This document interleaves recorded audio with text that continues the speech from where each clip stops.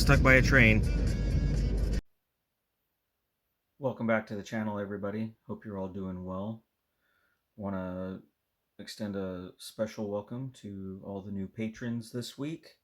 Thank you for joining the community. It's slowly getting there.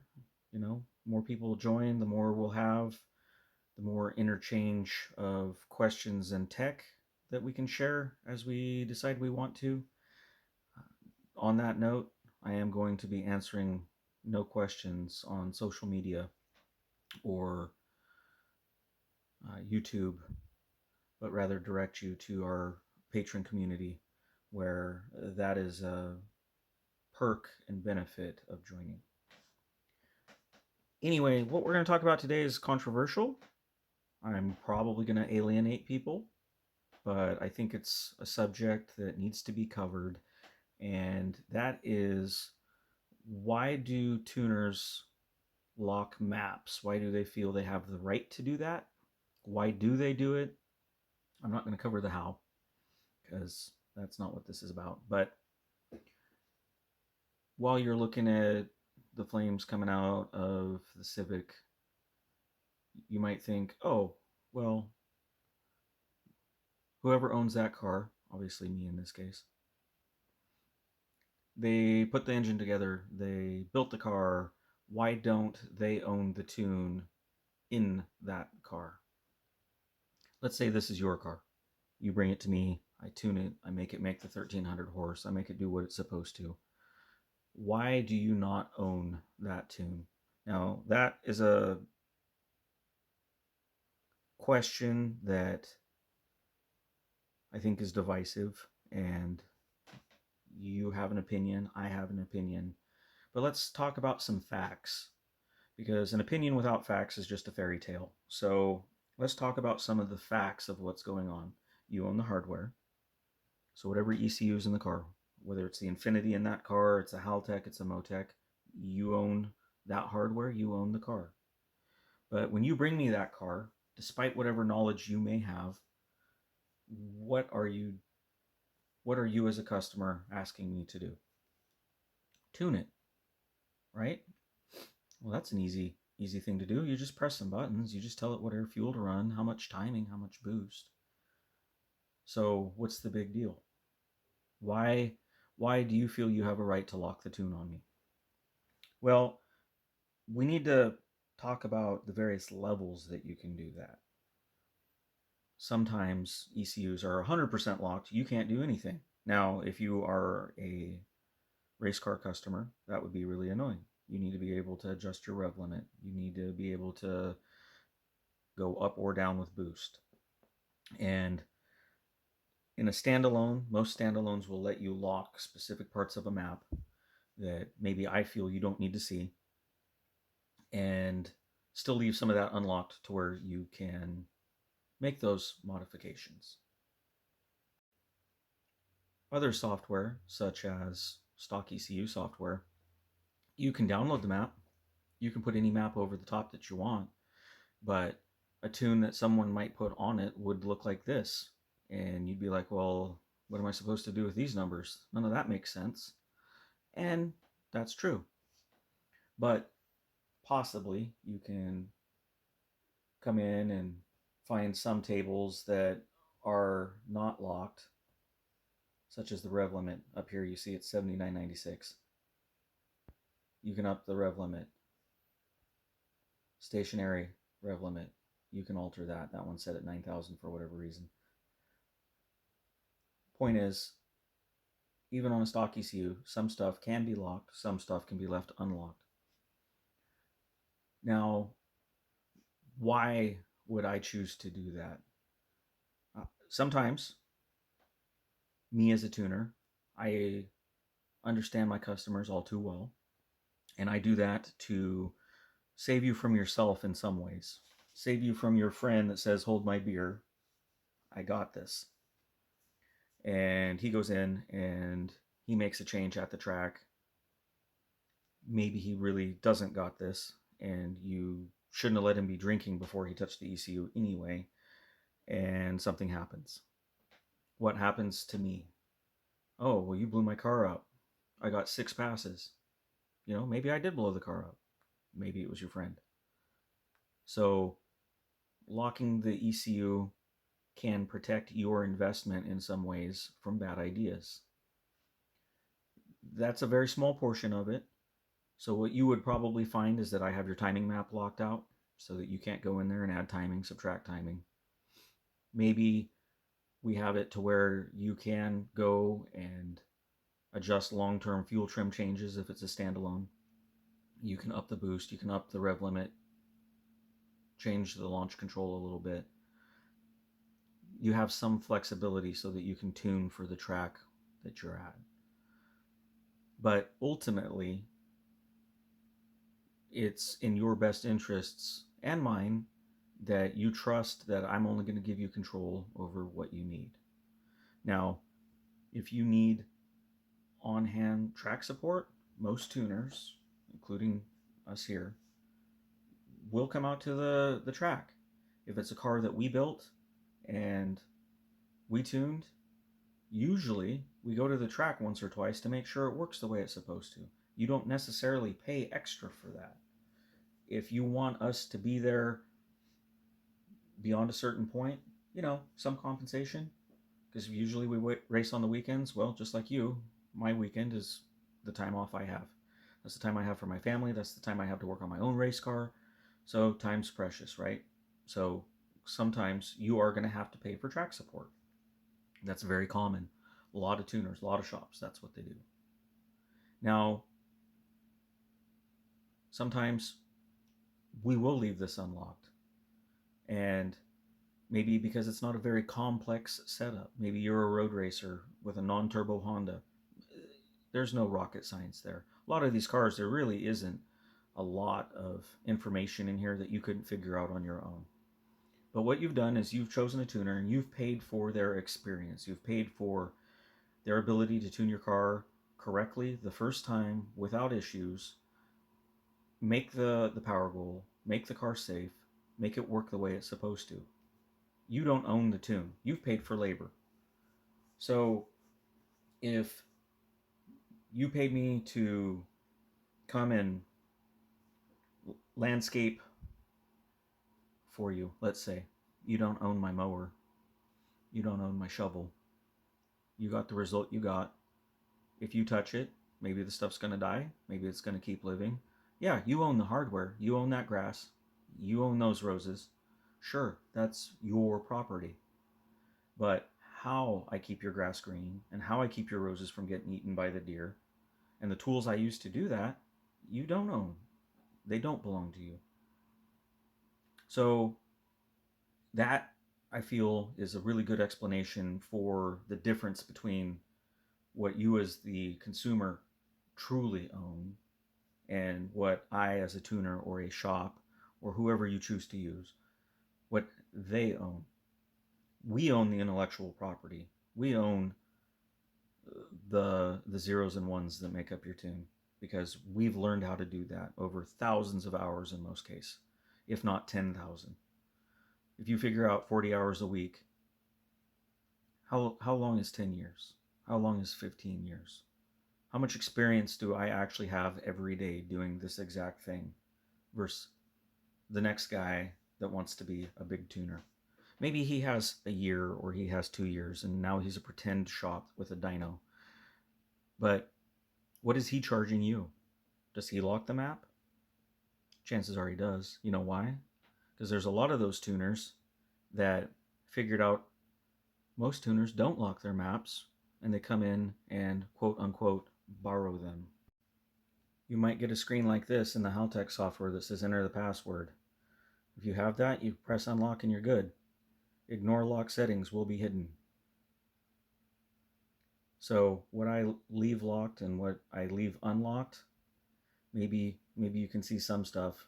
Can you see the knock threshold? Nope, it says password locked. Long-term fuel trim, apply to base table. Hey, look, I can come in and I can take care of that. Maybe you're idle. Maybe because it has a long-term trim, apply to base table. Maybe, and I don't think this car does, but maybe it has a long-term trim. It's not actually enabled, but if it had been, as it's learning. You could apply to base table. Now, you can't see the ignition table, you can't see the fuel table, but you're still allowed to make sure that your tune is constant and updated for the weather conditions, whether you have been tuned in the middle of winter, the middle of summer, any long-term settings there, you're still allowed. Haltech never keeps you from being able to do that. You want to tune your car yourself or go to a new tuner, common in a lot of stuff, is you can still look at the pinouts. You can see what we have wired or what you wired so that your next tuner isn't in the dark. He might not be able to look at the tune, but he can go in and he can set everything up. He can see where the fuel pumps are wired and where your coolant temperature is wired and your GPS and your VVT and your injectors and ignition and all of those settings. He can still come in and he can look and see how it was working to build you a map. Because quite frankly, if he's not good enough to do that, why did you take it to him? He's not a tuner. He's a tuner. Tooner. He's pretend. Chances are he started off with, I'll be kind and say borrowed maps rather than use the word stolen. But he pulls maps off a car that a shop tunes, looks at it, doesn't have to learn, doesn't have to have those thousands of hours of experience. He puts it on your car. Maybe it works. Maybe it doesn't. It blows up. What do? Do you get online and say, hey, so-and-so blew my car up? Probably not. We live in a passive-aggressive society where that's not very common. People that need called out need called out. Now, you might say, Aaron, that's all well and good. Why aren't you doing that right now? Because I, as a tuner, have a certain level of professionalism. Might be hard to believe, but I choose to not name people specifically because some shops might figure that it's okay. They might ask, hey, rather than start over, can I use so-and-so? Can I use the map for this? It's just a small change. He doesn't live in your area anymore. He doesn't want it done remotely. Can you sell me the rights to that? Can you make the change? You know, there's always situations and things that come up that are going to be different from person to person. But if you take a stock ECU, let's say stock ECU Evo, 8, 9, 10, doesn't matter, and I download the map and I say, hey, look, whoever you had tune this, that you paid $600, you paid $800, this is my map. Why didn't you just give me the money? You're here anyway. Why are you here? Maybe because as in previous episodes, the car doesn't drive right, it doesn't idle right, it doesn't cold start, because that person really doesn't have the experience. He just hopes that I have the experience and that I had a map that was so good, somehow it will work on every car. And you know what? That doesn't really happen. And I'll be quite honest with you, what I do to get a car to start one day might not work a week later because the temperature has changed. Your fuel concentration has changed. Maybe something mechanically wrong with your car has changed. And you just have a combo that's not very easy. And so that Yahoo just thinks one map, fire and forget. And it doesn't work that way. And it's obvious. I hear stories all the time. Hey, he spent 8 hours trying to get my car to idle and to run, and he couldn't do it. And then he said, hey, I have one more map to try. Car runs well enough, but they still can't do what they need to do. They can't do the teach-in on the DCT. The car comes here. I download the map. And you know why it ran so good? Because it was my map. Now, I don't know about you, but wherever you work, if I came in and straight stole something out of your store, what are you going to think about me as a person? What are you going to think about me as another business? That I just took something off the shelf and walked out with it and acted like it's mine. You think that's cool? I don't. I don't do that to other people. My personal opinion is I don't even data log other tuners' tunes. If I'm baselining a car and it's here, I throw it on the dyno. I don't have my laptop in the car because that's what I consider a professional courtesy. If I see the air fuel looks good, the boost looks good, power, torque look good, I will suggest to the customer that, hey, the wide open stuff is fine. It's only a couple percent of the overall tune. I think cold start and idle, idle with the AC on, idle with the AC off. That's a lot of it. And there are some really good reasons why some cars, even ones that I tune personally, that just will never work.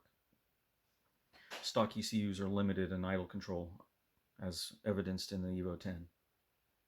If you put giant cams in your car, you delete the idle airflow bypass parts of the hardware.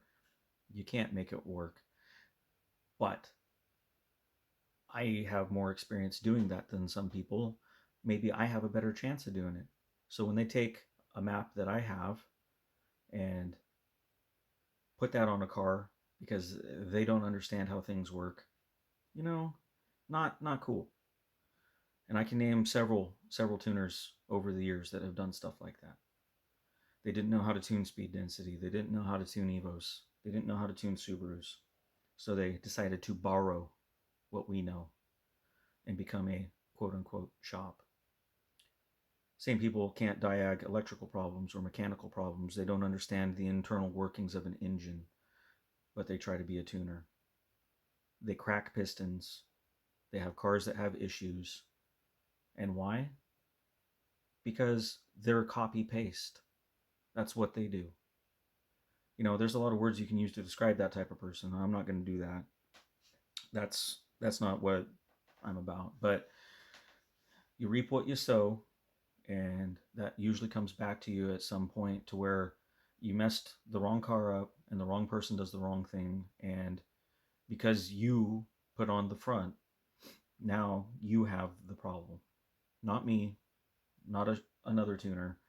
It's you, because you tried doing it and failed. So I know this kind of sounds like a down video, but it's become such a common problem around our area and, you know, really globally. People think they're tuners. They want so bad to be a tuner, and that's great. Learn to be a thoughtful tuner. Don't pretend to be what you're not. Don't pretend that you work for shops, that you're friends with these shops when you're not. Don't steal what they know and pretend that you came up with it. Because there's a lot of things that I do that I'm not never going to lock that other people have profited on, and we as a shop or we as a tuning community never get credit for.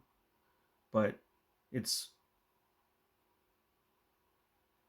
sad, really, the lack of loyalty because of as low as $5, $10, that they'll go somewhere else, literally pay for something that we as tuners may have already done, and somebody else gets the money because you didn't want to pay $5.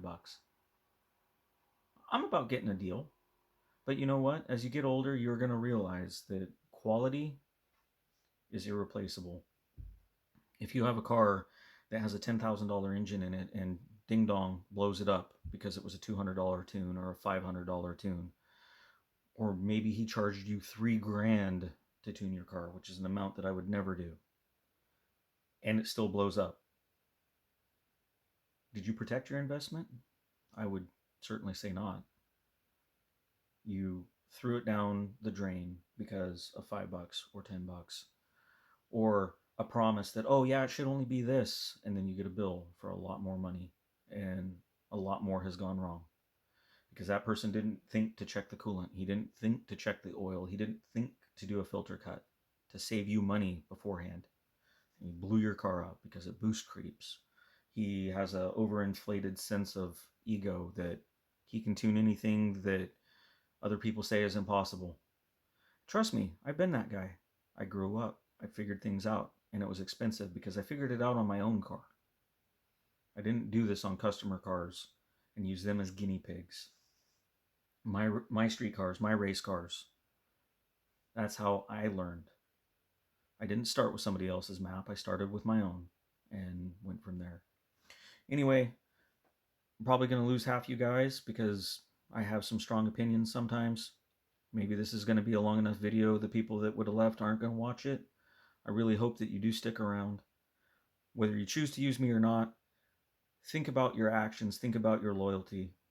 I'm not saying things to be a hater, but keep your circle tight, keep it small, and pay the money to the people that do the work, the people that have the records. If you've never heard of him, there's probably a reason.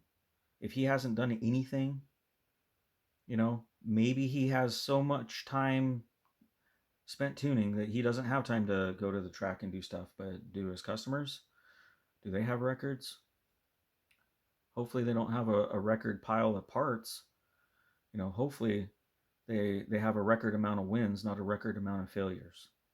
Be very, very careful who you choose to have touch your car. And when you see maps locked, just remember, most of the time it's to protect you from those guys or possibly from yourself. But it's an easy question to ask ahead of time. And if it's not a situation you want to put yourself in, you don't have to hate on people afterwards that, oh, he locked my map, he did this, he did that. If it's their company policy and you didn't ask, it's probably posted. Or it's just assumed that you would know that. It's an easy question to ask, however, and ask why. So one of the reasons I'm doing this video is to help a lot of other tuners and good tuners and good shops out for why we lock maps. Why I'm explaining it to you right now is that we don't need somebody, talking trash because they didn't understand. I'm giving you an opportunity to kind of see it from our viewpoint, why we feel that we own the knowledge behind the tune. You can always go in and you can write over the top of any ECU. The next guy that wants to tune the car, if he really truly is as good as he says he is, he should be able to just do that. Alrighty, guys. Well, I hope you're all doing well. It's Memorial Day weekend. I hope you're at the track having fun. Obviously, I'm doing videos because I got way behind, but we'll talk to you later. Take care.